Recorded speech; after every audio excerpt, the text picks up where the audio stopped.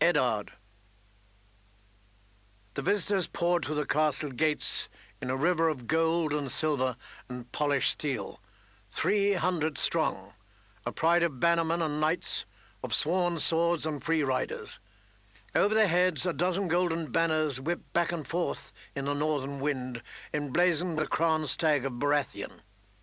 Ned knew many of the riders. There came Sir Jaime Lannister, with hair as bright as beaten gold, and there's Sandor Clegane, with his terrible burned face. The tall boy beside him could only be the Crown Prince, and that stunted little man behind them was surely the imp, Tyrion Lannister.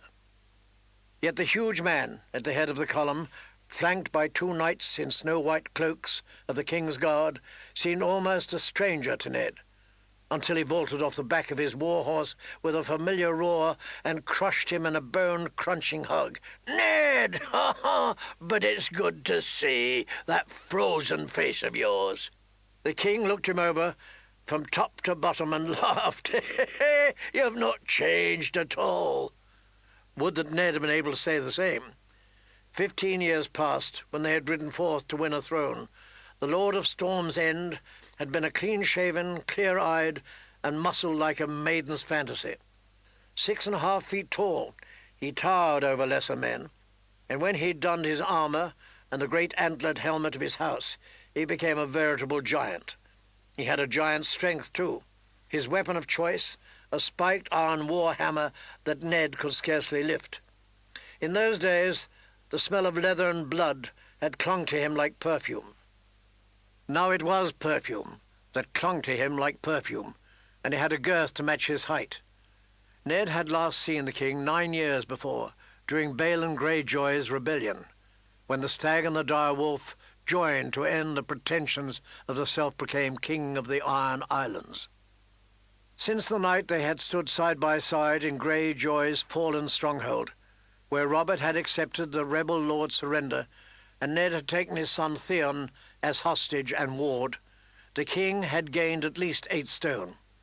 A beard as coarse and black as iron wire covered his jaw to hide his double chin and the sag of his royal jowls, but nothing could hide his stomach, or the dark circles under his eyes. Yet Robert was Ned's king now, not just a friend, so he said only, "Your Grace, Winterfell is yours." By then the others were dismounting as well, and grooms were coming forward for their mounts. Robert's queen, Cersei Lannister, entered on foot with her younger children.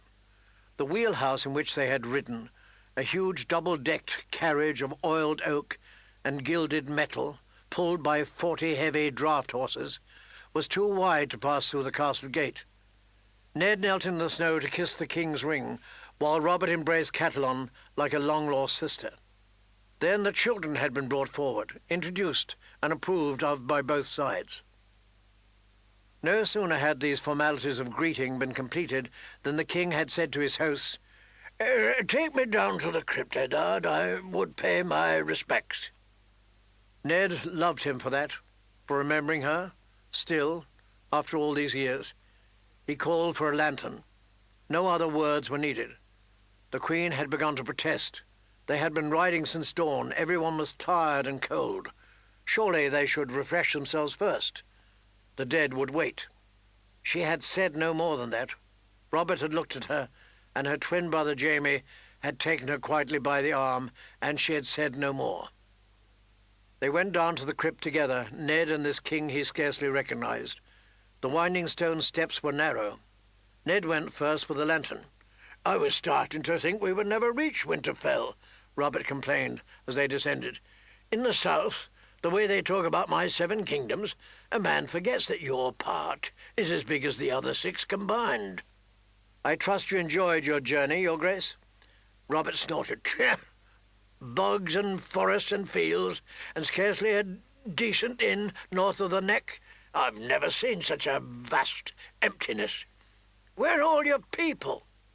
"Likely they were too shy to come out," Ned jested. He could feel the chill coming up the stairs, a cold breath from deep within the earth. Kings are a rare sight in the north. Robert snorted. "More likely they were hiding under the snow." "Snow, Ned. The king put one hand on the wall to steady himself as they descended. "Late summer snows are common enough," Ned said. "I hope they did not trouble you. They are usually mild." "The others take your mild snows," Robert swore. "What will this place be like in winter, I shudder to think?" "Oh, the winters are hard," Ned admitted, "but the Starks will endure. They always have." "You need to come south," Robert told him. "You need a taste of summer before it flees. In Highgarden there are fields of golden roses that stretch away as far as the eye can see. The fruits are so ripe they explode in your mouth. Melons, peaches, fire plums, you've never tasted such sweetness. You'll see. I brought you some. Even at Storm's End, with that good wind off the bay, the days are so hot you can barely move. And you ought to see the towns, Ned. Flowers everywhere. The markets bursting with food. The summer wines so cheap and so good you can get drunk just breathing the air. Everyone is fat and drunk and rich." He laughed and slapped his own ample stomach a thump. "And the girls, Ned," he exclaimed, his eyes sparkling. "I swear the women lose all modesty in the heat. They swim naked in the river, right beneath the castle. Even in the streets it's too damned hot for wool or fur, so they go round in these short gowns. Silk, if they have the silver, and cotton if not, but it's all the same when they start sweating and the cloth sticks to their skin. They might as well be naked." The king laughed happily. Robert Baratheon had always been a man of huge appetites, a man who knew how to take his pleasures. That was not a charge anyone could lay at the door of Eddard Stark. Yet Ned could not help but notice that those pleasures were taking a toll on the king. Robert was breathing heavily by the time they reached the bottom of the stairs, his face red in the lantern light as they stepped out into the darkness of the crypt. "Your Grace," said Ned respectfully. He swept the lantern in a wide semicircle. Shadows moved and lurched. Flickering light touched the stones underfoot and brushed against a long procession of granite pillars that marched ahead, 2 by 2, into the dark. Between the pillars, the dead sat on their stone thrones against the walls, backs against the sepulchres that contained their mortal remains. "She is down at the end with Father and Brandon." He led the way between the pillars, and Robert followed wordlessly, shivering in the subterranean chill. It was always cold down there. Their footsteps rang off the stones and echoed in the vault above as they walked among the dead of House Stark. The lords of Winterfell watched them pass. Their likenesses were carved into the stones that sealed the tombs. In long rows they sat, blind eyes, staring out into eternal darkness, while great stone direwolves curled round their feet. The shifting shadows made the stone figures seem to stir as the living passed by. By ancient custom, an iron longsword had been laid across the lap of each who had been Lord of Winterfell to keep the vengeful spirits in their crypts. The oldest had long ago rusted away to nothing, leaving only a few red stains where the metal had rested on stone. Ned wondered if that meant those ghosts were free to roam the castle now. He hoped not. The first lords of Winterfell had been men hard as the land they ruled. In the centuries before the Dragon Lords came over the sea, they had sworn allegiance to no man, styling themselves the kings in the north. Ned stopped at last and lifted the oil lantern. The crypt continued on into darkness ahead of them, but beyond this point the tombs were empty and unsealed, black holes waiting for their dead, waiting for him and his children. Ned did not like to think on that. "Here," he told his king. Robert nodded silently, knelt, and bowed his head. There were 3 tombs, side by side. Lord Rickard Stark, Ned's father, had a long, stern face. The stonemason had known him well. He sat with quiet dignity, stone fingers holding tight to the sword across his lap. But in life, all swords had failed him. In 2 smaller sepulchres on either side were his children. Brandon had been 20 when he died, strangled by order of the mad King Aerys Targaryen, only a few short days before he was to wed Catelyn Tully of Riverrun. His father had been forced to watch him die. He was the true heir, the eldest, born to rule. Lyanna had only been 16, a child woman of surpassing loveliness. Ned had loved her with all his heart. Robert had loved her even more. She was to have been his bride. She was more beautiful than that, the king said after a silence, his eyes lingering on Lyanna's face, as if he could will her back to life. Finally he rose, made awkward by his weight. "Ah, damn it, Ned. Did you have to bury her in a place like this?" His voice was hoarse with remembered grief. "She deserved more than darkness." "She was a Stark of Winterfell," Ned said quietly. "This is her place." "She should be on a hill somewhere under a fruit tree, with the sun and clouds above her and the rain to wash her clean." "I was with her when she died," Ned reminded the king. "She wanted to come home, to rest beside Brandon and father." He could hear her still at times. "Promise me," she had cried, in a room that smelled of blood and roses. "Promise me, Ned." The fever had taken her strength, and her voice had been faint as a whisper. But when he gave her his word, the fear had gone out of his sister's eyes. Ned remembered the way she had smiled then, how tightly her fingers had clutched his as she gave up her hold on life. The rose petals spilled from her palm, dead and black. After that he remembered nothing. They had found him, still holding her body, silent with grief. The little Crannog man, Harlan Reed, had taken her hand from his. Ned could recall none of it. "I bring her flowers when I can," he said. Lyanna was fond of flowers. The king touched her cheek, his fingers brushing across the rough stone as gently as if it were living flesh. "I vowed to kill Rhaegar for what he did to her." "You did," Ned reminded him. "Only once," Robert said bitterly. They had come together at the ford of the Trident while the battle crashed around them. Robert with his war hammer and his great antlered helm, the Targaryen prince armoured all in black. On his breastplate was the three-headed dragon of his house, wrought all in rubies that flashed like fire in the sunlight. The waters of the Trident ran red around the hooves of their destriers as they circled and clashed again and again, until at last a crushing blow from Robert's hammer stove in the dragon and the chest beneath it. When Ned had finally come on the scene, Rhaegar lay dead in the stream, while men of both armies scrambled in the swirling waters for rubies knocked free of his armor. "In my dreams, I kill him every night," Robert admitted. "1,000 deaths will still be less than he deserves." There was nothing Ned could say to that. After a quiet, he said, "We should return, Your Grace. Your wife will be waiting." "The others take my wife," Robert muttered sourly, but he started back the way they had come, his footsteps falling heavily. "And if I hear Your Grace once more, I'll have your head on a spike. We are more to each other than that." "I had not forgotten," Ned replied quietly. When the king did not answer, he said, "Tell me about Jon."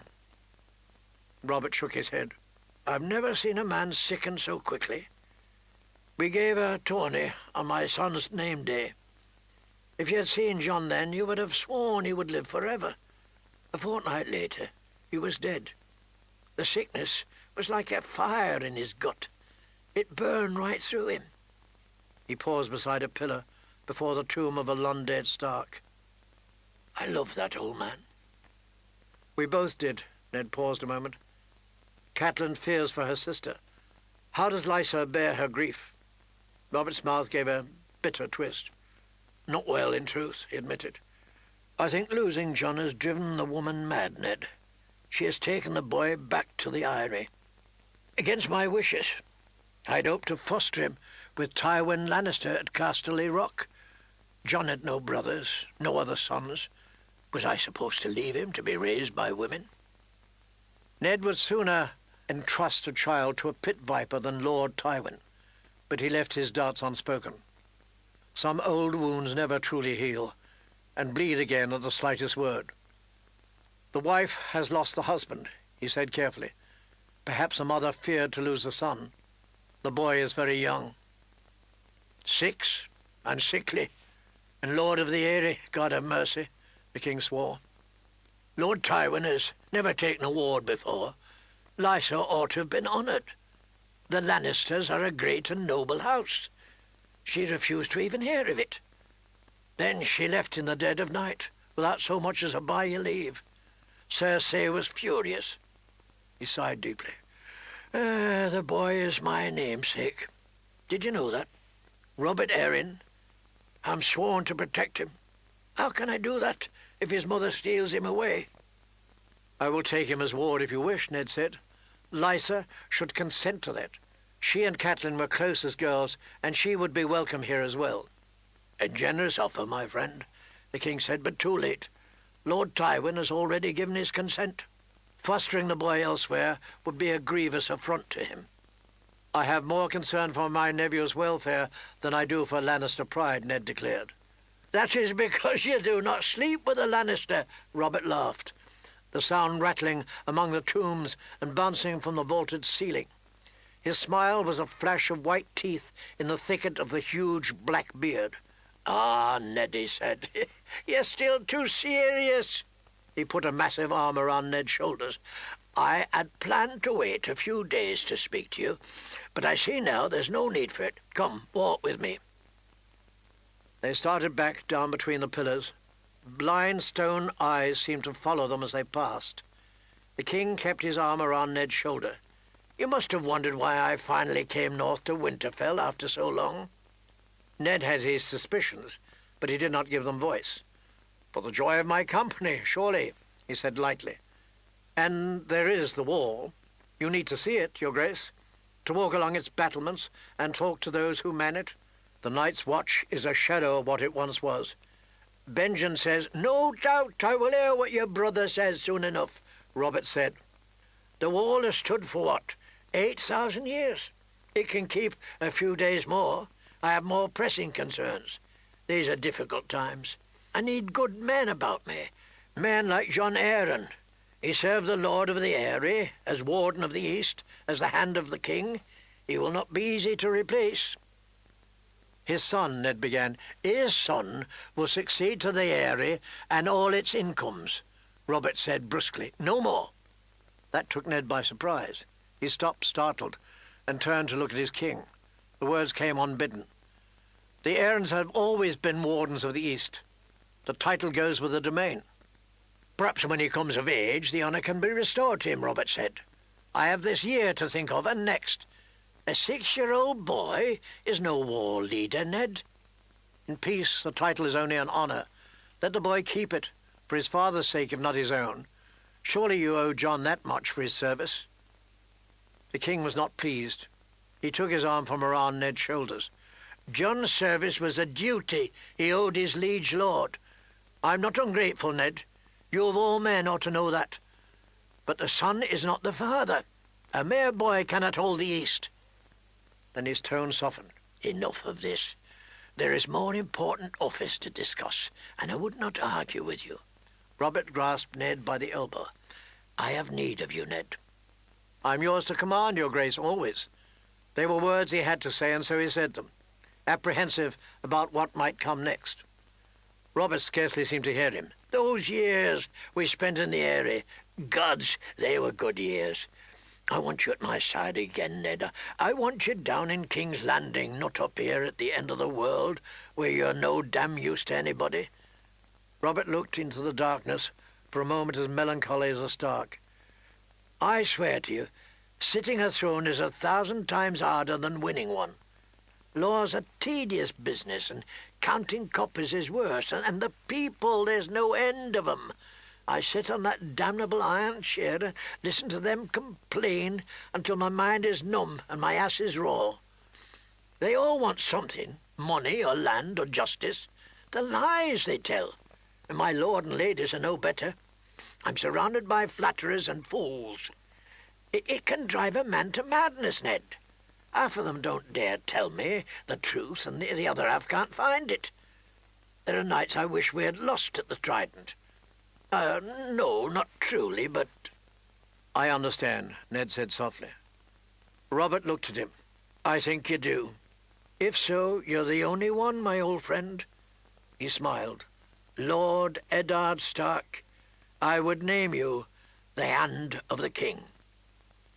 Ned dropped to one knee. The offer did not surprise him. What other reason could Robert have for coming so far? The Hand of the King was the second most powerful man in the Seven Kingdoms. He spoke with the king's voice, commanded the king's armies, drafted the king's laws.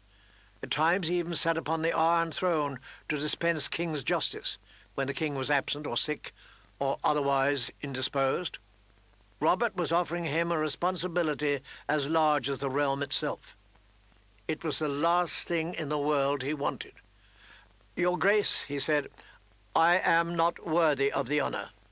Robert groaned with good-humored impatience. If I wanted to honor you, I'd let you retire. I'm planning to make you run the kingdom and fight the wars while I eat and drink and wench myself into an early grave. He slapped his gut and grinned. You know the saying about the king and his hand? Ned knew the saying. What the king dreams, he said, the hand builds. I bedded a fish maid once who told me that the low-born have a choicer way to put it. The king eats, they say, and the hand takes the shit. He threw back his head and roared with laughter. The echoes rang through the darkness, and all around them the dead of Winterfell seemed to watch with cold and disapproving eyes. Finally, the laughter dwindled and stopped. Ned was still on one knee, his eyes upraised. "Damn it, Ned," the king complained. "You might at least humour me with a smile." "They say it grows so cold up here in winter that a man's laughter freezes in his throat and chokes him to death," Ned said evenly. "Perhaps that is why the Starks have so little humour." "Come south with me, and I'll teach you how to laugh again," the king promised. "You helped me win this damnable throne, now help me hold it. We were meant to rule together. If Lyanna had lived, we should have been brothers, bound by blood as well as affection. Well, it is not too late. I have a son, you have a daughter, eh? My Joff and your Sansa shall join our houses, as Lyanna and I might once have done." This offer did surprise him. Sansa is only 11. Robert waved an impatient hand. "Old enough for betrothal. The marriage can wait a few years." The king smiled. "Now stand up and say yes, curse you." "Nothing would give me greater pleasure, Your Grace," Ned answered. He hesitated. "These honours are all so unexpected. May I have some time to consider? I need to tell my wife." Yes, of course. Tell Catelyn. Sleep on it if you must." The king reached down, clasped Ned by the hand, and pulled him roughly to his feet. "Just don't keep me waiting too long. I'm not the most patient of men." For a moment, Eddard Stark was filled with a terrible sense of foreboding. This was his place, here in the north. He looked at the stone figures all around him, breathed deep in the chill silence of the crypt. He could feel the eyes of the dead. They were all listening, he knew, and winter was coming.